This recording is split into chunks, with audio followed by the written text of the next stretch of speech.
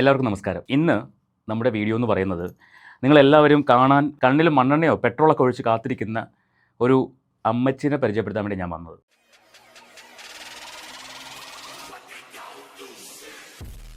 ഈ അമ്മച്ചി ദുർവാസാവ് മഹർഷിയില്ലേ, ദുർവാസാവ്, ക്ഷിപ്രകോപിയായ ദുർവാസാവ്, ദുർവാസാവിൻ്റെ പേരക്കുട്ടിയായിട്ട് വരും. അമ്മച്ചിക്ക് പെട്ടെന്ന് ദേഷ്യം വരും. അമ്മച്ചിക്ക് ദേഷ്യം വന്നു കഴിഞ്ഞാൽ പിന്നെ അമ്മച്ചി കണ്ണ് പൊട്ടുന്ന തെറിയും പ്രാക്കൊക്കെയാണ്. ഈ പ്രാക്കിൽ വെണ്ണീറായിപ്പോയ ആൾക്കാരുണ്ട്. അപ്പോൾ അമ്മച്ചി ഇന്ന് സാധാരണ അമ്മച്ചി കാണുന്നത് ഫേസ്ബുക്കിലാണ്. ഫേസ്ബുക്കിൽ കാണുന്ന അമ്മച്ചി സ്ഥിരമായിട്ട് എല്ലാവരുടെയും കമൻറ്റ് ബോക്സിൽ പോയിട്ട് നല്ല മധുരതരമായ വാക്കുകൾ ഉപയോഗിച്ച് കമൻറ്റുകൾ ചെയ്ത് എല്ലാ ആൾക്കാരെയും ഭയങ്കരമായിട്ട് പ്രൊമോട്ട് ചെയ്യുന്നൊരു അമ്മച്ചിയാണ്. ഈ അമ്മച്ചി കൊച്ചിക്കാരിയാണ്, എറണാകുളമാണ് പ്രൊഫൈൽ കാണിക്കുന്നത്. പക്ഷേ പ്രൊഫൈൽ പൂട്ടിക്കെട്ടി വെച്ചിട്ടുണ്ട്, ഫോട്ടോ ഇട്ടിട്ടുണ്ട്. അമ്മച്ചിയുടെ ഫോട്ടോ ആണെന്ന് എനിക്ക് തോന്നുന്നത്. അപ്പോൾ അമ്മച്ചി ഇന്ന് ഫേസ്ബുക്കിൽ നിന്ന് പലായനം ചെയ്ത് യൂട്യൂബിലേക്ക് ആഗമിച്ചിരിക്കുകയാണ്. ഈ ആഗമന ഉദ്ദേശം എന്ന് പറയുന്നത് നമ്മളെ 10 തെറി പറയാനാണ്, 10 പ്രാകാനാണ്. ഞാൻ ഭയങ്കര ഡിപ്രസ്ഡാണ് ഗൈസ്, ഭയങ്കരമായിട്ട് പേടിച്ച് അമ്മച്ചിയുടെ പ്രാക്ക് കേട്ട് അയ്യോ ഇനി എനിക്കെന്തെങ്കിലും സംഭവിക്കുമോ, നാളെ എനിക്കെന്തെങ്കിലും സംഭവിച്ചു പോവോ എന്നൊക്കെ പേടിച്ച് കിടുകിടാ വരച്ച് തൊട്ട് നോക്കിയാൽ ഭയങ്കര ചൂടുണ്ട്, പനി പിടിച്ചിരിക്കുകയാണ്. അപ്പോൾ ഞാൻ അമ്മച്ചിയുടെ കമൻറ്റ് നിങ്ങൾക്കൊന്ന് വായിച്ച് കേൾപ്പിച്ചു തരാം. ഈ കമൻറ്റിനെ കുറിച്ച് എനിക്ക് സംസാരിക്കാനുണ്ട്, അമ്മച്ചിയെക്കുറിച്ച് സംസാരിക്കാനുണ്ട്, പിന്നെ 1-2 വീഡിയോകളും കൂടി കാണിക്കാനുണ്ട്. നമ്മുടെ രേഷ് തങ്കുവിൻ്റെ കുറച്ച് അനുയായികൾ രംഗത്തിറങ്ങിയിട്ടുണ്ട്. പുതിയ ആൾക്കാർ ഓരോ ദിവസം ഇറക്കുന്നുണ്ട്. പുതിയൊരു വിവരം അറിഞ്ഞു, നാളെ എന്തോ നാട്ടിലെത്തുവാണെന്ന് അറിഞ്ഞു. അപ്പോൾ അതിമനോഹരമായ ദിവസങ്ങളാണ് ഇനി അങ്ങോട്ട് വരാൻ പോകുന്നത്. നമുക്കെന്തായാലും അമ്മച്ചിയുടെ കമൻറ്റിലേക്ക് പോകുന്നതിന് മുൻപ് നിങ്ങൾ ആദ്യമായിട്ടാണ് ഈ ചാനൽ കാണുന്നതെങ്കിൽ ഒന്ന് സബ്സ്ക്രൈബ് ചെയ്തേക്കണം. അതോടൊപ്പം തന്നെ ആ ബെല്ലൈക്കൺ ഓൾ ഓപ്ഷൻ എനേബിൾ ചെയ്ത് വെച്ച് ആ ഹൈപ്പൊക്കെ ഒന്ന് കൊടുക്കുകയാണെങ്കിൽ അമ്മച്ചിയെ കുറച്ചധികം ആൾക്കാരൊക്കെ ഒന്ന് പരിചയപ്പെടും. കാരണം എനിക്ക് തോന്നുന്നു യൂട്യൂബിൽ ഒരുപാട് പേര് കാണാൻ വേണ്ടി കണ്ണിൽ മണ്ണെണ്ണയും പെട്രോളൊക്കെ ഒഴിച്ച് കാത്തിരിക്കുന്ന അമ്മച്ചിയാണ്. ഫേസ്ബുക്കിൽ കുറേ പേർക്ക് അറിയാം, പക്ഷേ യൂട്യൂബിൽ ഞാൻ ഇന്നാണ് കാണുന്നത്, മുൻപൊന്നും കണ്ടിട്ടില്ല. അപ്പോൾ ചില വാലുകൾ പിടിച്ചു വലിച്ച് കൊണ്ടുവന്ന് യൂട്യൂബിലിട്ടതായിരിക്കാം. അപ്പോൾ ഇനി അമ്മച്ചിയുടെ അംഗം യൂട്യൂബിലും കൂടി ആൾക്കാർ കാണണം എന്നുള്ളതാണ് വസ്തുത. നമുക്ക് അമ്മച്ചിയുടെ കമൻറ്റ് ഒന്ന് വായിക്കാം. എടോ എന്ന് വിളിച്ചുകൊണ്ട് ഞാൻ എടീന്ന് വിളിക്കുന്നില്ല. എടാന്ന് വിളിച്ചാൽ ഞാൻ എടീന്ന് വിളിക്കുമായിരുന്നു. അമ്മച്ചിക്ക് ഒരു 10-60 വയസ്സുണ്ട്. എൻ്റെ അമ്മൂമ്മ മരിക്കുമ്പോൾ അമ്മമ്മയ്ക്ക് 90 വയസ്സുണ്ടായിരുന്നു. അപ്പോൾ അമ്മച്ചിക്ക് അത്രയൊന്നുമില്ല, എന്തായാലും ഒരു 10-60 വയസ്സുണ്ടെന്ന് തോന്നുന്നു. വിസ ഇന്നോ നാളെയോ കിട്ടാൻ വേണ്ടി ഇങ്ങനെ കാത്തിരിക്കുന്ന ഒരു അമ്മച്ചിയാണ്. ഞാൻ പേര് അവസാനം പറയാം കേട്ടോ. എടോ, നീ കണ്ണിൽ നിന്ന് ചോര വന്ന് കരയുന്നൊരു ടൈം വരും. കണ്ണിൽ ചോരയുണ്ട്, അത്യാവശ്യം വീഴുമായിരിക്കും. കാരണം നീ ഏതോ ദേവേന്ദ്രപുത്രനാണ്. നിന്റെ വിചാരം നീ ഒരു കേസ് കൊടുത്തില്ല. എന്തായി? വേണുവിനെ പൊക്കി അകത്തിട്ട് എക്സൈസ് അവൾക്ക് എത്ര പിഴ ചുമത്തി? വേണോ? അതാരാ? അമ്മച്ചിക്ക് മറ്റേ ചാച്ചരത ക്ലാസ്സിൽ പോകേണ്ട സമയമായിട്ടാ. ഞാൻ കമൻറ്റിൽ കൊടുത്തിട്ടുണ്ടായിരുന്നു അമ്മച്ചി ചാച്ചരത പഠിക്കാൻ പോകണമെന്ന് പറഞ്ഞിട്ട്. ചാച്ചരത ക്ലാസ് ഈ വൈകുന്നേരം 5 മണിക്കൊക്കെ തുടങ്ങുന്ന ചാച്ചരത ക്ലാസ്സേ ഈ 60 വയസ്സിന് മേലുള്ള ആൾക്കാരെ ഇരുത്തി പഠിപ്പിക്കുന്ന ക്ലാസ്സാണ്. അത് പഠിച്ചാലേ അമ്മച്ചിക്ക് വേണു ഏതെന്ന് തിരിച്ചറിയാൻ പറ്റുള്ളൂ. അപ്പോൾ അരി എത്രയെന്ന് വെച്ചാൽ പയർ അഞ്ഞാഴി എന്ന് പറയുന്ന അമ്മച്ചിക്കൊക്കെ വേണു എന്നൊക്കെ പറയാൻ തോന്നും. പോട്ടെ, നമ്മൾ ക്ഷമിച്ചിരിക്കുന്നു. അപ്പോൾ വേണുവിനെ പൊക്കി അകത്തിട്ട് എക്സൈസ് അവൾക്ക് എത്ര പിഴ ചുമത്തി? പിന്നെ ഈ പമ്പ എന്ന് പറഞ്ഞ സ്ത്രീ കള്ളുകുപ്പിയുമായി കള്ളു കുടിക്കുന്ന വലിയ അഴിഞ്ഞാട്ട സീനുണ്ടായിരുന്നു. അവിടെ ഹാനികരമൊന്നും എന്ന് എഴുതി വച്ചിട്ടുണ്ടായിരുന്നു. വച്ചിട്ടുണ്ടായിരുന്നു വച്ചിട്ടുണ്ടായിരുന്നില്ലെന്നാണോ അമ്മച്ചി എന്താ ഉദ്ദേശിച്ചത്? പോയി നോക്കിയാൽ അവൾ ഇന്നലെ കാണിച്ചിരുന്നു. പോയി കാണും. നിനക്കൊക്കെ കടി വേണുവിനോട് മാത്രം. അവിടെ വെച്ച് തൽക്കാലം നിർത്താണ്, ഇതിന് മറുപടി തരാം. ഇന്നലെ ഈ രേഷ് തങ്കുവിൻ്റെ ഒരു രണ്ടാമത്തെ വാല്, ഞാൻ അവരെ കുറച്ച് ആൾതാമസം തലയ്ക്കുണ്ടെന്ന് വിചാരിച്ചൊരു സ്ത്രീയാണ്. മറ്റതിനേക്കാളും കുറച്ചുകൂടി ആൾതാമസമുണ്ട്, കാര്യങ്ങൾ പറഞ്ഞാൽ മനസ്സിലാകും എന്ന് വിചാരിച്ച ഒരു സ്ത്രീയാണ്. അതുകൊണ്ട് തന്നെ ഈ രേഷ് തങ്കു അവൾ എൻ്റെ ഫ്രണ്ടൊന്നുമല്ല എന്ന് പറഞ്ഞ് പ്രഖ്യാപിച്ചൊരു ദിവസം ഉണ്ടല്ലോ, ഇത് പ്രഖ്യാപിച്ച ദിവസം എനിക്ക് ശരിക്കും പറഞ്ഞ വിഷമം തോന്നി. കാരണം അവരുടെ കൂടെ രേഷ് തങ്കുവിൻ്റെ കൂടെ മിക്കവാറും സമയങ്ങളിൽ അവർക്ക് വേണ്ടി സംസാരിച്ച ഒരു വ്യക്തിയാണ്. പെട്ടെന്ന് രേഷ് തങ്കു പറയുവാണ് അവളെൻ്റെ ഫ്രണ്ടൊന്നുമല്ല, ഇവരെൻ്റെ ഫ്രണ്ടാണ്, നിങ്ങളെൻ്റെ ഫ്രണ്ടാണ്, പക്ഷെ അവളെൻ്റെ ഫ്രണ്ടൊന്നുമല്ല എന്ന് എടുത്തടിച്ച് പറഞ്ഞപ്പോൾ അത് കേട്ടപ്പോൾ എനിക്ക് വിഷമം തോന്നി. ഞാൻ അതിനെക്കുറിച്ച് ഒരു വീഡിയോ ചെയ്തിട്ടുണ്ടായിരുന്നു, ഇവരെ സപ്പോർട്ട് ചെയ്തിട്ട്. അങ്ങനെ 2 വീഡിയോ ചെയ്തു. ഈ 2 വീഡിയോ ചെയ്തിട്ടും എന്തിനാണ് എനിക്കെതിരെ സംസാരിക്കുന്നതെന്ന് മനസ്സിലാവുന്നില്ല. ഓക്കെ, കഴിഞ്ഞ ദിവസം ഒരു വീഡിയോ ചെയ്തിട്ടുണ്ടായിരുന്നു. അതിനകത്ത് ഈ പമ്പ എന്ന് പറയുന്ന നമ്മുടെ അലൻ ജോസ് പെരേരയുടെ കൂടെ നടക്കുന്ന ഒരു സ്ത്രീ, അവരുടെ കൂടെ അഭിനയിച്ച് നടക്കുന്ന ഒരു സ്ത്രീ, അവരുടെ ഒരു കള്ള് ഷാപ്പിലെ ഒരു വീഡിയോ പ്രൊഫൈൽ വഴി ഷെയർ ചെയ്തിട്ട് ദേവിനെ മെൻഷൻ ചെയ്തുകൊണ്ട് ദേവ് ഇതിന് കേസ് കൊടുക്കുന്നില്ലേ, ദേവ് കേസ് കൊടുക്കൂ, ദേവ് കേസ് കൊടുത്താൽ മാത്രമേ എനിക്ക് ഞങ്ങളുടെ കുട്ടികളൊക്കെ ഇത് കാണുന്നതാണ് എന്നൊക്കെ പറഞ്ഞിട്ട് സംസാരിച്ചു. അതൊരു സർക്കാസമാണെന്ന് എനിക്ക് മനസ്സിലായി. പക്ഷേ ആ ഒരു ഉദ്ദേശശുദ്ധി മനസ്സിലാക്കിക്കൊണ്ട് ഞാൻ ഒരു മറുപടി കൊടുത്തു. നിങ്ങൾ ഇത് എൻ്റെ ശ്രദ്ധയിൽപ്പെടുത്തിയതിൽ സന്തോഷം. കാരണം ഞാനിത് കണ്ടിട്ടുണ്ടായിരുന്നു, എൻ്റെ ടൈം ലൈനിൽ വരാറില്ല. ഞാൻ പറഞ്ഞു ഒരു കാര്യം ചെയ്യൂ, ഈ രേഷ് തങ്കുവിൻ്റെ ഡീറ്റെയിൽസ് കംപ്ലീറ്റ് വേറെ ബോർഡ്സും എനിക്ക് എടുത്തു തന്നത് കമൻറ്റ് ബോക്സിൽ കമൻറ്റ് ചെയ്ത ഒരു ചേച്ചിയായിരുന്നു. അവരെനിക്ക് എടുത്തിട്ട് ഈ ഡീറ്റെയിൽസ് അയച്ചു തരാ ചെയ്തത്. അപ്പോൾ അതുപോലെ നിങ്ങളൊരു കാര്യം ചെയ്യും, നിങ്ങൾക്കാകുമ്പോൾ സൗകര്യമുണ്ടല്ലോ ഇതൊക്കെ എടുക്കാൻ വേണ്ടി. കാര്യം ഇതൊക്കെ കണ്ടുപിടിക്കാൻ വളരെ ഈസിയാണ് ഇവരെപ്പോലുള്ള ആൾക്കാർക്ക്. അപ്പോൾ ഞാൻ പറഞ്ഞു നിങ്ങളൊരു കാര്യം ചെയ്യും, ഈ പമ്പ എന്ന് പറയുന്ന അവരുടെ ഫുൾ നെയിമും അതുപോലെ അഡ്രസ്സും ഈ ഷൂട്ട് ചെയ്ത ലൊക്കേഷനും പിന്നെ അവരുടെ സ്ഥലവും അവരുടെ കോൺടാക്ട് നമ്പറും ഇതൊക്കെ എടുത്തു തരൂ, ഞാൻ ഉറപ്പായിട്ട് കംപ്ലയിൻറ്റ് കൊടുക്കാമെന്ന് പറഞ്ഞു. കാരണം നമ്മൾ വെറുതെ യൂട്യൂബിൽ വീഡിയോ ചെയ്ത് പൈസ മാത്രം ഉണ്ടാക്കിയാൽ പോരല്ലോ, സാമൂഹിക പ്രതിബദ്ധത എന്ന് പറയുന്ന സാധനം ഉള്ളതുകൊണ്ടാണല്ലോ ഈ പറയുന്ന വിഷയം എൻ്റെ ശ്രദ്ധയിൽപ്പെടുത്താൻ വേണ്ടി വീഡിയോ ചെയ്തത്. അപ്പോൾ ഞാൻ വിചാരിച്ചു എന്തിനപ്പോൾ വീഡിയോ ചെയ്യുന്നത്, എനിക്ക് പേഴ്സണലി അയച്ചാൽ പോരെ, എന്നിട്ട് ദയവ് ഇതൊന്ന് കംപ്ലയിൻറ്റ് കൊടുക്കുമെന്ന് പറഞ്ഞാൽ പോരെ, ഞാൻ കൊടുക്കുമല്ലോ. പക്ഷെ അതല്ല, വീഡിയോ ചെയ്യണം, വീഡിയോ ചെയ്താലേ 10 പേര് അറിയത്തുള്ളൂ. ഞാൻ അവരുടെ കമൻറ്റ് ബോക്സിൽ കമൻറ്റ് ഇട്ടിട്ട് തിരിഞ്ഞു നോക്കിയപ്പോഴേക്കും കുറേ പേര് വന്നിട്ട് അതിൻ്റെ താഴെ തെറി അവരെന്തൊക്കെയോ പറയുന്നുണ്ട്. അതിനോട് ഞാൻ യോജിക്കുന്നില്ല, കാരണം അവർ ചെയ്തത് നല്ലൊരു കാര്യമാണ്, ആ ഒരു വിഷയം എൻ്റെ ശ്രദ്ധയിൽപ്പെടുത്തിയല്ലോ. അപ്പോൾ അതിൻ്റെ ഡീറ്റെയിൽസ് കൊണ്ട് തരുവാണെങ്കിൽ ഞാൻ ഉറപ്പായിട്ട് കംപ്ലയിൻറ്റ് കൊടുക്കാമെന്ന് പറഞ്ഞ് ഞാനത് കൊടുക്കുകയും ചെയ്യും. ഓക്കെ, കാരണം ഇപ്പം എന്തായാലും എക്സൈസിൽ കംപ്ലയിൻറ്റ് കൊടുക്കുന്ന ബ്രാൻഡ് അംബാസിഡർ ഞാനാണെന്നാണല്ലോ ഇവർ പറയുന്നത്. ആയിക്കോട്ടെ, ഞാൻ കൊടുത്തോളാം, എൻ്റെ ശ്രദ്ധയിൽപ്പെടുന്ന കാര്യങ്ങൾ ഞാൻ കംപ്ലയിൻറ്റ് കൊടുക്കാം. അപ്പോൾ അതവിടെ നിൽക്കട്ടെ. എനിക്ക് ഈ അമ്മച്ചിയോട് പറയാനുള്ളത്, ഈ അമ്മച്ചി പറഞ്ഞ വിഷയം അതാണല്ലോ, ഈ പമ്പ കള്ളു കുടിക്കുന്ന വീഡിയോ, അതിന് മറുപടി ഞാൻ കൊടുത്തിട്ടുണ്ട്, മനസ്സിലായി കാണുമല്ലോ. ആ ഡീറ്റെയിൽസ് കിട്ടുവാണെങ്കിൽ ഞാൻ അതിന് കംപ്ലയിൻറ്റ് കൊടുക്കാൻ തയ്യാറാണ്, ഒരു പ്രശ്നമില്ല. ഈ കംപ്ലയിൻറ്റ് ആർക്കും കൊടുക്കാം കേട്ടോ, പിന്നെ ദയവ് തന്നെ കൊടുക്കണമെങ്കിൽ എനിക്ക് ഒരു വിരോധമില്ല, ഞാൻ കൊടുക്കാം. ബാക്കി വായിക്കാം. നിനക്കൊക്കെ കടി വേണുവിനോട് മാത്രം. വീണ്ടും വേണു, എന്തെങ്കിലും ആവട്ടെ, അതെന്തിനാണ് അവളെ കാണുമ്പോൾ നിനക്ക് ഇത്ര കടി? എല്ലാം പുറത്ത് കാണിച്ചുകൊണ്ട് നടക്കുകയും കള്ളും കഞ്ചാവുമായിട്ട് പരസ്യം ചെയ്യുകയും ചെയ്യുന്നവരെ നീ കാണുന്നില്ലേ? പിന്നെ നീ കരയുന്ന കരച്ചിലുണ്ടല്ലോ, നിനക്ക് ശരിക്കും തരേണ്ടി വരും. തരേണ്ടി വരുമോ? എന്തോന്ന് മറ്റേ എന്താണ് ഉദ്ദേശം എനിക്ക് മനസ്സിലായില്ല കേട്ടോ. കണ്ണിൽ നിന്നും ചോര പോകും, അത് നിൻ്റെ എന്തില്ലായ്മയായിട്ടാണ്.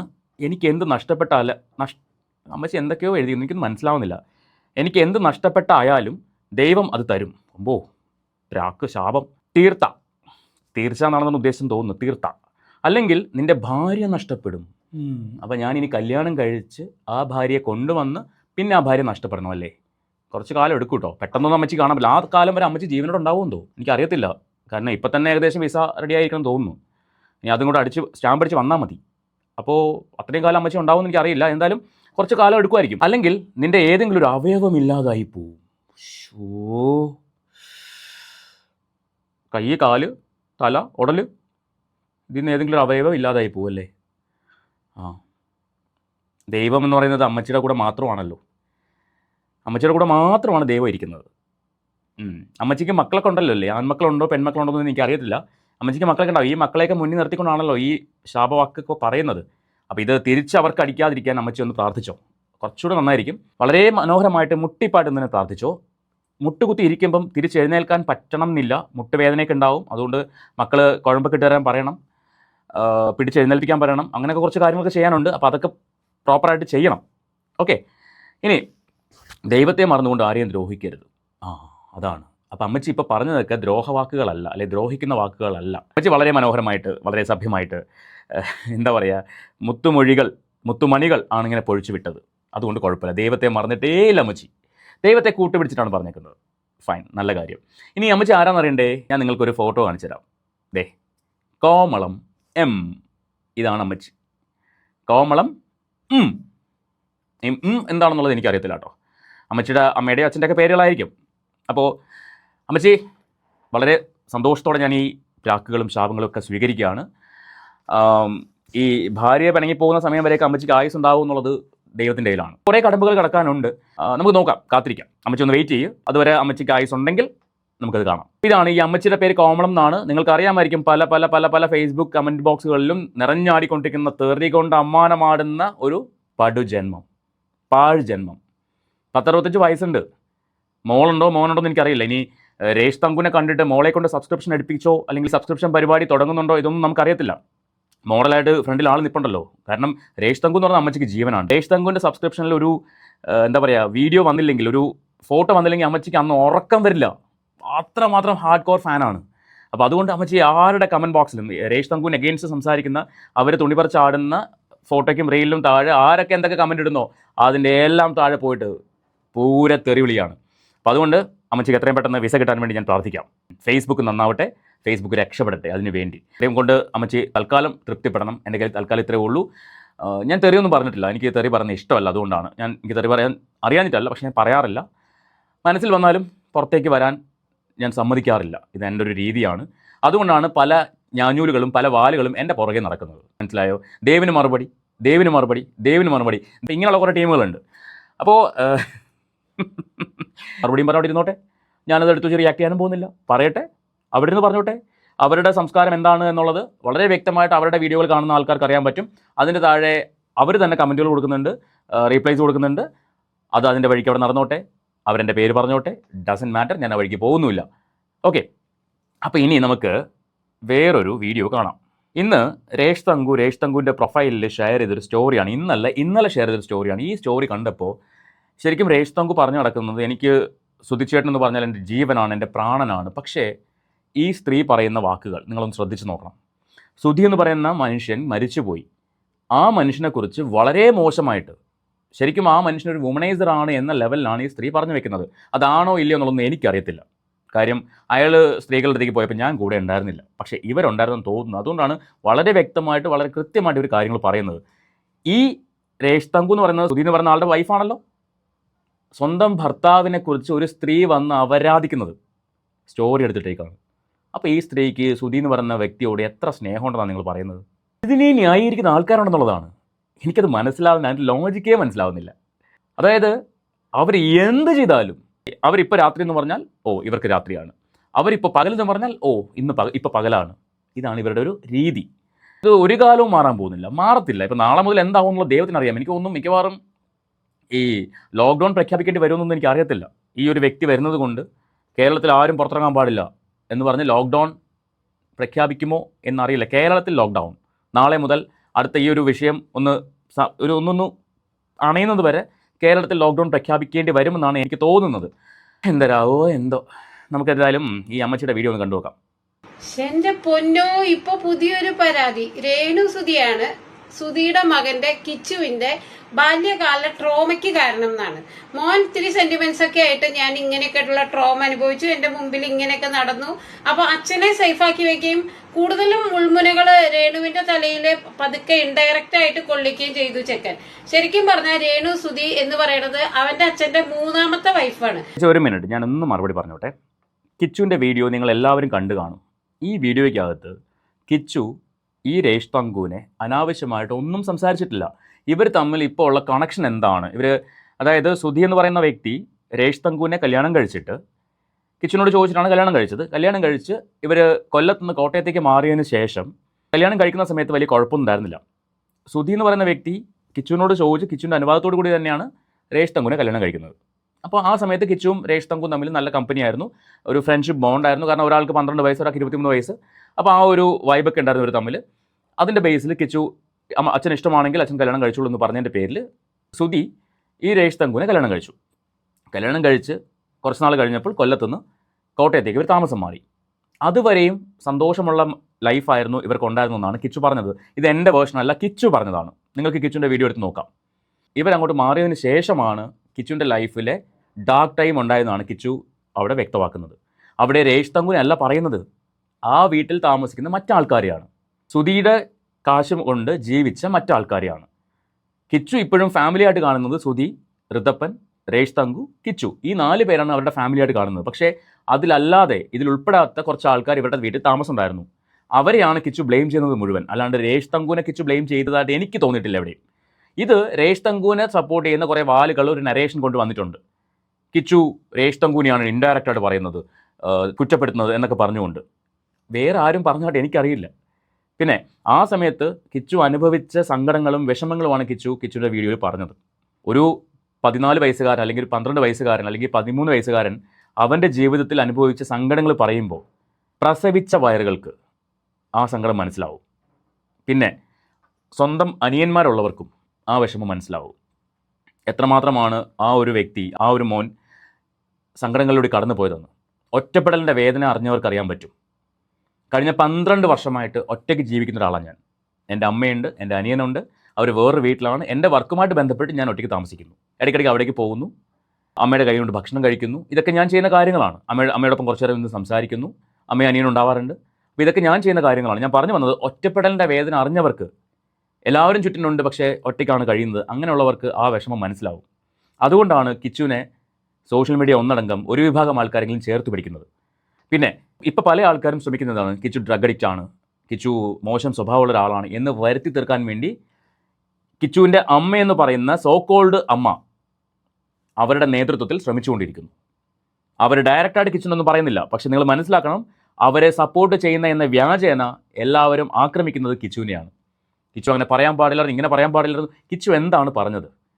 കിച്ചു പറഞ്ഞ മെയിൻ പോയിന്റ് നിങ്ങൾ ആരും സംസാരിച്ചിട്ടില്ല. ഇനി എനിക്ക് മനസ്സിലാവാത്തൊരു കാര്യം, ഈ രേഷ് തങ്കുവിനെ സപ്പോർട്ട് ചെയ്യുന്ന വാലുകൾ, ഇപ്പോൾ വാലുകളുടെ എണ്ണം ഒരുപാടാണല്ലോ, ഈ വാലുകളിൽ ആരെങ്കിലും ഒരാളെങ്കിലും കിച്ചുവിനൊന്ന് വിളിച്ച് ചോദിച്ചോ, മോനെ എന്താണ് നിൻ്റെ പ്രശ്നം, നീ എന്തിനാണ് ഇപ്പം ഇങ്ങനെ ഒരു വീഡിയോ ചെയ്തത്, നിനക്ക് നിൻ്റെ അമ്മ വന്നതിന് ശേഷം അമ്മയും കൂടെ ഇരുന്ന് സംസാരിച്ചിട്ട് ഈ പ്രശ്നത്തിനൊരു പരിഹാരം ഉണ്ടാക്കിയാൽ പോരായിരുന്നോ എന്ന് നിങ്ങളിൽ ഒരാളെങ്കിലും കിച്ചുവിനെ വിളിച്ച് ചോദിച്ചോ, കിച്ചുവിനോട് ഒരു 10 മിനിറ്റ് സംസാരിച്ചോ? അപ്പം നിങ്ങളുടെയൊക്കെ ഉദ്ദേശം എന്താണ്? ഈ പ്രശ്നം വഷളാക്കണം. നിങ്ങൾ രേഷ് തങ്കുവിനെ മാക്സിമം പ്രൊമോട്ട് ചെയ്ത് നീ കിടിലമാണ്, നീ പറയണം, നീ മറുപടി കൊടുക്കണം എന്ന് പറഞ്ഞ് അവരെ കൊണ്ട് ഓരോ വീഡിയോകൾ ഇടിച്ചുകൊണ്ടിരിക്കുന്നു. എന്നിട്ട് പറയുന്നത് എന്താ, എടി നീ നിർത്ത്, നീ വീഡിയോ ചെയ്യല്ലേ എന്ന് പറയുന്നുണ്ട്. പക്ഷെ അവൾ കേൾക്കുന്നില്ല എന്ന് പറഞ്ഞ് ന്യായീകരണവും. പല വീഡിയോകളും വന്ന് ചെയ്യുന്നുണ്ട്, വെളുപ്പിക്കാൻ വേണ്ടിയല്ലെന്ന്. പിന്നെന്തുവാ, എന്താ ചെയ്യുന്നത്? വെളുപ്പിക്കലല്ലാന്ത്. കേരളത്തിൽ എത്ര ജനങ്ങളുണ്ടോ അതിൽ 90% ആൾക്കാരും പച്ചയ്ക്ക് തെറി പറയുന്നുണ്ട്, പച്ചയ്ക്ക് തെറി. എന്നാലും മനസ്സിലാക്കില്ല. കിച്ചു എപ്പോഴാണ് ഈ വീഡിയോ ചെയ്തത്? ഇത്രയും കാലം കിച്ചു ഋതപ്പനെ ഓർത്തും ഋതപ്പനെ കാണാൻ പറ്റില്ല എന്നുള്ള വിഷമം കൊണ്ടും ഒക്കെ ഓരോ കാര്യങ്ങൾ വരുമ്പോഴും വിട്ട് പോകുമായിരുന്നു. ഇത് കിച്ചു ആ വീഡിയോയിൽ പറഞ്ഞ കാര്യമാണ്, കിച്ചുവിൻ്റെ വീഡിയോ കണ്ടപ്പോൾ എനിക്ക് മനസ്സിലായ കാര്യമാണ്. ഇങ്ങനെ വിട്ടുപോയിട്ട് അവസാനം പബ്ലിക്കായിട്ട് ശരീരഭാഗങ്ങൾ കാണിച്ചു തുടങ്ങിയപ്പോൾ, സ്വന്തം അമ്മ എന്ന് കരുതുന്ന വ്യക്തി പബ്ലിക്കായിട്ട് സ്വന്തം ശരീരഭാഗങ്ങൾ കാണിച്ചു തുടങ്ങിയപ്പോഴാണ് കിച്ചു പ്രതികരിച്ചു തുടങ്ങിയത്. ആ ഒരു വീഡിയോ വന്നപ്പോൾ രേഷ് തങ്കു ഇത്രയും പ്രൊവോക്ഡ് ആയിട്ടുണ്ടെങ്കിൽ, അവർക്ക് ഇത്രയും പൊള്ളിയിട്ടുണ്ടെങ്കിൽ, അതിൻ്റെ 7 ഇരട്ടി, അതിൻ്റെ 10 ഇരട്ടി ആ മകന് പൊള്ളിയിട്ടുണ്ട്. അവന് പുറത്തിറങ്ങി നടക്കേണ്ടതാണ്. 22 വയസ്സുകാരൻ, ഞാൻ ഇന്നലെയും പറഞ്ഞു, 22 വയസ്സുകാരൻ. എൻ്റെ അനിയൻ്റെ പ്രായം 23 അപ്പോൾ ഈ 22 വയസ്സുകാരൻ പുറത്തിറങ്ങുമ്പോൾ അവൻ്റെ കൂട്ടുകാരും അവൻ്റെ കൂട്ടുകാരൻ്റെ വീട്ടുകാരും അവൻ്റെ മുഖത്ത് നോക്കി ചോദിക്കുന്ന ചോദ്യങ്ങൾ, സമൂഹം അവനെ നോക്കി കാർക്കിച്ച് തുപ്പുന്നത്, അവനെ നോക്കി വിരൽ ചൂണ്ടുന്നത്, ഇതൊക്കെയാണ് അവനെക്കൊണ്ട് ആ വീഡിയോ ചെയ്യാൻ പ്രേരിപ്പിച്ചത്. ഇത് മക്കളെ വില എന്താണെന്നോ, മക്കളെ സ്നേഹിക്കാതെ നടക്കുന്നവർക്കോ, പെറ്റമ്മയെ സ്നേഹിക്കാതെ നടക്കുന്നവർക്കോ, പെറ്റമ്മയെ അടിച്ചു കളഞ്ഞ് നടക്കുന്നവർക്കോ ഒന്നും മനസ്സിലാവില്ല. അത് മനസ്സിലാവണമെങ്കിൽ മക്കളെ സ്നേഹിക്കുന്നൊരു മനസ്സുണ്ടാവണം. പൈസ കൊടുത്തല്ല മക്കളെ സ്നേഹിക്കേണ്ടത്, സ്നേഹം കൊടുത്ത് സ്നേഹിക്കണം, കെയർ കൊടുക്കണം. അങ്ങനെ കെയർ കൊടുത്ത്, അങ്ങനെ സ്നേഹം കൊടുത്ത് സ്നേഹിക്കുന്ന, സ്നേഹം കൊടുത്ത് വളർത്തുന്ന അമ്മമാർക്കും അച്ഛന്മാർക്കും കിച്ചുവിൻ്റെ വേദന മനസ്സിലാവും, അല്ലാത്തവർക്ക് മനസ്സിലാവില്ല. ചേച്ചി പറ ബാക്കി. അവന്റെ മുമ്പില് ഈ നാടകം കളിക്കുന്ന പോലെ ഒരു കൊച്ചു കുഞ്ഞിന്റെ മുമ്പില് 3 സ്ത്രീകളുമായിട്ട് കലഹിച്ച് നിരന്തരം ദാമ്പത്യ ബന്ധങ്ങൾ തകർത്ത് ഒന്നിൽ നിന്ന് അടുത്തതിലേക്ക് പോയി അവന്റെ അച്ഛനും പെറ്റ അമ്മ, അതായത് തീരെ സഹിയിട്ട് വേറൊരാളുടെ കൂടെ ഇറങ്ങിപ്പോയ പെറ്റമ്മയും കൊടുത്തത്ര ട്രോമയൊന്നും ഈ ലോകത്ത് രേണുസുതി അവന് കൊടുത്തിട്ടില്ല. ഈ ചേച്ചി ജനിച്ചപ്പോഴേ മന്ദബുദ്ധിയായിരുന്നോ അതോ ഇപ്പോഴാണോ മന്ദബുദ്ധിയായത്? ഒരു സംശയം കൂടി ചോദിക്കുകയാണെ. കാരണം കിച്ചു തന്നെ പറഞ്ഞു, കിച്ചുവിന് 2.5 വയസ്സുള്ളപ്പോഴാണ് കിച്ചുവിൻ്റെ അമ്മ വീട് വിട്ട് പോകുന്നത്. ഓക്കെ, 2.5 വയസ്സുകാരന് എത്ര ഓർമ്മയുണ്ടാവും? ഇത് കിച്ചു ഒരു പക്ഷേ ആരെങ്കിലുമൊക്കെ പറഞ്ഞു കേട്ട അറിവായിരിക്കും 2.5 വയസ്സിലാണ് പോയെന്നുള്ളത്. എൻ്റെ 2.5 വയസ്സിലെ കാര്യമൊന്നും എനിക്ക് ഓർമ്മയില്ല, തുറന്നു പറയാമല്ലോ. അന്ന് എന്താ സംഭവിച്ചത് എനിക്കറിയില്ല. അപ്പോൾ 2.5 വയസ്സുകാരൻ, ആ 2.5 വയസ്സുകാരൻ്റെ ഓർമ്മയിലുള്ള കാര്യങ്ങൾ എടുത്തു വെച്ച് സംസാരിച്ചു. ആ 2.5 വയസ്സിലാണ് അവനെ വിട്ട് പോയെന്നുള്ളത്. ആ സ്ത്രീ ഇപ്പോൾ ജീവനോടെ ഇല്ല. ഓക്കെ, അവർ ചെയ്തത് തെറ്റാണ്. കിച്ചു എന്ന് പറയുന്ന മകനെ ഈ ഭൂമിയിലേക്ക് കൊണ്ടുവന്നത് ഈ 2 വ്യക്തികളാണ്. ആ 2 പേരും ഇന്ന് ഭൂമിയിലില്ല. പക്ഷേ കിച്ചുവിൻ്റെ അച്ഛൻ്റെ ഭാര്യ എന്ന ലേബലിൽ നിൽക്കുന്ന ഒരു സ്ത്രീ ഇന്ന് ജീവനോടുണ്ട്. കിച്ചു അമ്മ എന്ന് വിളിക്കുന്ന സ്ത്രീ ജീവനോടുണ്ട്. അവർ കിച്ചുവിനെ നോക്കിയിട്ടില്ലെന്നോ, അവർ കിച്ചുവിന് പൈസ കൊടുത്തിട്ടില്ലെന്നോ ഒന്നും കിച്ചു എവിടെയും പറഞ്ഞിട്ടില്ല, അവൻ്റെ വീഡിയോയിൽ പോലും പറഞ്ഞിട്ടില്ല. പക്ഷെ ഇവർ കൊണ്ടുവരുന്ന നരേഷൻ എന്താണ്? ഇപ്പോൾ ഈ സ്ത്രീ പറയുന്നത് എന്താണ്? അവർ കൊടുത്ത ട്രോമയോളം ഒരു ട്രോമയും ഇവർ കൊടുത്തിട്ടില്ല എന്നാണ് പറയുന്നത്. കിച്ചുവിൻ്റെ അമ്മ പോയപ്പോൾ കിച്ചുവിന് അറിവില്ല പ്രായമാണ്, അവന് ആ ട്രോമയൊന്നും ചിന്തിക്കാനുള്ള പ്രാപ്തി അന്ന് ആയിട്ടില്ല. പിന്നെ ട്രോമ കൊടുത്തത് ആരാണ്? സുധിയുടെ രണ്ടാമത്തെ ഭാര്യയാണ്. അവർ കൊടുത്തിട്ടുണ്ടോ ഇല്ലെന്നൊന്നും എനിക്കറിയത്തില്ല. പക്ഷേ കിച്ചു തന്നെ പറയുന്നുണ്ട്, ഞാൻ അവരുടെ ഒപ്പം ജീവിച്ചിട്ടില്ല, അവരുടെ ഒപ്പം കഴിഞ്ഞിട്ടില്ല, ആ സമയത്ത് ഞാൻ കൊല്ലത്തായിരുന്നു, കാരണം അവർക്ക് ഇവനെ ഇഷ്ടമല്ല എന്നാണ് ഇവൻ്റെ വേർഷൻ. അവനത് പറയുകയും ചെയ്തു. അതിനുശേഷം അവരും പോയതിനു ശേഷമാണ് ഈ രേഷ് തങ്കു ഇവരുടെ ലൈഫിലേക്ക് വരുന്നത്.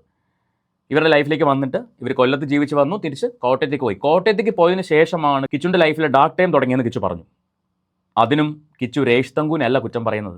അപ്പോൾ കിച്ചുവിൻ്റെ അച്ഛൻ അവിടെ ഉണ്ട്, അച്ഛൻ ഭക്ഷണം കൊടുക്കുന്ന അച്ഛനാണ്, അവൻ വീട്ടിൽ നിന്ന് പുറത്തിറങ്ങാറില്ല, റൂമിൽ നിന്ന് പുറത്തിറങ്ങാറില്ല എന്നൊക്കെയാണ് അവൻ പറയുന്നത്. അവൻ്റെ വിഷമങ്ങളാണ് അവൻ പറയുന്നത്. എന്തുകൊണ്ട് ഈ സ്ത്രീക്ക്, ഇവരൊരു അമ്മയല്ലേ, അമ്മയായിരിക്കുമല്ലോ, എന്തായാലും ഒരു അമ്മ അവളുടെ പ്രായമൊക്കെ ഉണ്ട്, ഇവർക്കൊരു ഒരു മകനോ ഒരു മകളോ ഉണ്ടാവുമല്ലോ, എന്തുകൊണ്ട് ആ മകൻ്റെ വേദന നിങ്ങൾ മനസ്സിലാക്കുന്നില്ല? അവൻ ഈ അവൻ്റെ അമ്മേനെ അല്ല കുറ്റം പറയുന്നത്, അവൻ അനുഭവിച്ച വിഷമങ്ങളാണ് അവൻ പറയുന്നത്. അതുപോലെ ഇപ്പോൾ അവൻ അനുഭവിച്ചുകൊണ്ടിരിക്കുന്ന വിഷമവും, അവന് പുറത്തിറങ്ങി നടക്കാൻ പറ്റുന്നില്ല, അവന് ഒരാളെ ഫേസ് ചെയ്യാൻ പറ്റുന്നില്ല, ആ വിഷമവും. നിങ്ങളുടെ മകന്, ഈ സ്ത്രീയോട് ഞാൻ ചോദിക്കുകയാണ്, നിങ്ങളുടെ മകന് നാളെ പൈസ വേണമെന്ന് പറയുമ്പോൾ നിങ്ങൾ ഈ ഓൺലൈൻ പ്ലാറ്റ്ഫോമിൽ വന്നിട്ട് നിങ്ങളുടെ ഡ്രസ്സ് മാറ്റി നിങ്ങളുടെ അവയവങ്ങൾ കാണിച്ചുകൊണ്ട് പൈസ കൊടുക്കുമോ? ആ കിട്ടുന്ന പൈസ എടുത്ത് നിങ്ങളുടെ മകന് കൊടുക്കുമോ? അതിന് നിങ്ങൾ തയ്യാറാവുമോ? അല്ല, ഞാൻ എൻ്റെ സംശയം കൂടെ ചോദിക്കുകയാണ്. നിങ്ങൾ ഇങ്ങനെ ഇത്രയും സപ്പോർട്ട് ചെയ്യുന്നത് ഞാൻ ചോദിക്കുകയാണ്, അതിന് നിങ്ങൾ തയ്യാറാവുമോ? കിച്ചുവിൻ്റെ പ്രോബ്ലം അവിടെയാണ്. ഈ സ്ത്രീയെ കിച്ചു ഇപ്പോൾ അവർക്കെതിരായിട്ട് സംസാരിച്ചെന്ന് നിങ്ങൾക്ക് തോന്നുന്നുണ്ടെങ്കിൽ അതിൻ്റെ ഒറ്റ കാരണം ഇവർ ഈ വസ്ത്രം മാറ്റി അവയവങ്ങൾ കാണിക്കുന്നതിൻ്റെ പേരിലാണ്.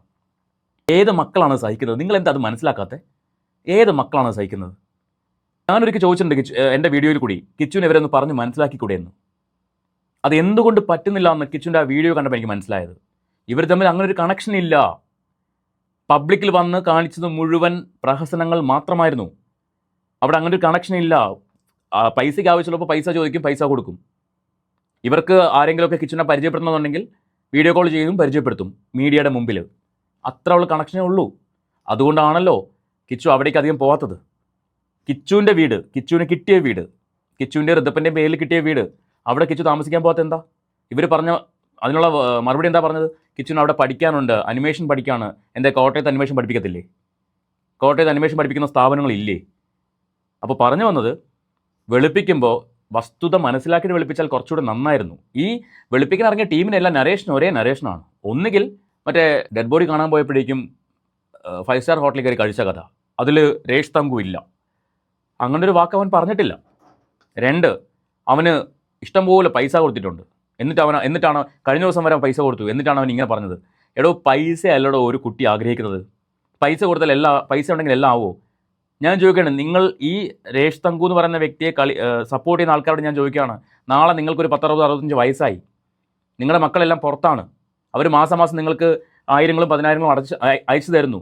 നിങ്ങൾ അവരെ കാണാനും അവരുടെ കെയറിങ് കിട്ടാനും ആഗ്രഹിക്കുന്ന സമയത്ത് അവർ നിങ്ങളുടെ അടുത്തില്ലെങ്കിൽ നിങ്ങൾക്ക് എന്ത് തോന്നും? എന്ത് ഫീലിംഗ് ഉണ്ടാവും? നിങ്ങൾക്കൊരു ജോലിക്കാര്യം വെച്ച് തരാണ് നിങ്ങളുടെ കാര്യങ്ങൾ നോക്കാൻ വേണ്ടി, പക്ഷെ നിങ്ങൾക്ക് മക്കളെ കാണാൻ പറ്റില്ല, മക്കളെല്ലാം വിദേശത്താണ്. നിങ്ങളുടെ മാനസികാവസ്ഥ എന്തായിരിക്കും? നിങ്ങൾ ആലോചിച്ച് നോക്ക്. ഇതേ മാനസികാവസ്ഥ തന്നെയായിരിക്കും കിച്ചുവിന് ആ പ്രായത്തിലുണ്ടായിരുന്നത്. ഒറ്റപ്പെടൽ, ഏകാന്തത, അമ്മയെ കിട്ടുന്നില്ല, അമ്മ എന്ന് കരുതുന്ന വ്യക്തിയെ കിട്ടുന്നില്ല, അച്ഛനെ സമയത്തിന് അവൻ്റെ അടുത്ത് കിട്ടുന്നില്ല. ഇങ്ങനെയുള്ള സാഹചര്യങ്ങളിൽ കൂടി കടന്നു വന്ന ഒരു പയ്യൻ വഴി തെറ്റിയില്ലെങ്കിൽ അത്ഭുതമുള്ളൂ. കാരണം അവനെ തിരുത്താൻ, അവനെ നേർവഴിക്ക് നയിക്കാൻ ആൾക്കാരില്ല. ഇപ്പോഴും നോക്കിക്കോളൂ, ഋതപ്പൻ 5 വയസ്സേ ഉള്ളൂ. അവന് അമ്മയുടെ കെയറിങ് കിട്ടേണ്ട സമയമാണ്. ഈ സമയത്ത് അമ്മയുടെ കെയറിങ് ഇല്ല.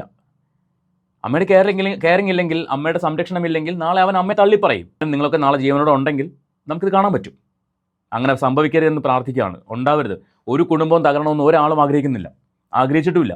എല്ലാവരും സന്തോഷത്തോടെ പോകണമെന്നേ ആഗ്രഹിച്ചിട്ടുള്ളൂ. പക്ഷേ മക്കളുടെ മുഖം നോക്കി ജീവിക്കണം. അമ്മമാരാകുമ്പോൾ മക്കളുടെ അഭിമാനം അത് കാത്തു സൂക്ഷിക്കേണ്ടത് അമ്മമാരുടെയും കൂടി കടമയാണ്. അതാണ് ചെയ്യേണ്ടത്. പക്ഷേ ഇവരോട് അത് പറഞ്ഞിട്ട് കാര്യമില്ല, മനസ്സിലാക്കില്ല. ഇവരും മനസ്സിലാക്കില്ല, ഇവരുടെ കൂടെയുള്ള ഒരു വാലുകൾക്കും ബോധമില്ലെന്നുള്ളതാണ്. ഒരാൾക്കും ബോധം ഉണ്ടെന്ന് വിചാരിച്ചവർക്ക് പോലും ബോധമില്ല. ആ ഒരു അവസ്ഥയിൽ കൂടെ ഇപ്പോൾ പോകുന്നത്. എന്ത് കണ്ടിട്ടാണോ ഇങ്ങനെ സപ്പോർട്ട് ചെയ്യുന്നത് എനിക്ക് മനസ്സിലാവുന്നില്ല. എനിവേ, എനിക്ക് വേറൊരു വീഡിയോ കൂടി വെക്കണമെന്നുണ്ട്, ഞാൻ തൽക്കാലം വെക്കുന്നില്ല. സോ നിങ്ങൾക്ക് നിങ്ങളുടെ അഭിപ്രായം തീർച്ചയായിട്ടും കമൻറ്റ് ചെയ്യാം. നമുക്ക് മറ്റൊരു വീഡിയോ ആയിട്ട് വീണ്ടും കാണാം.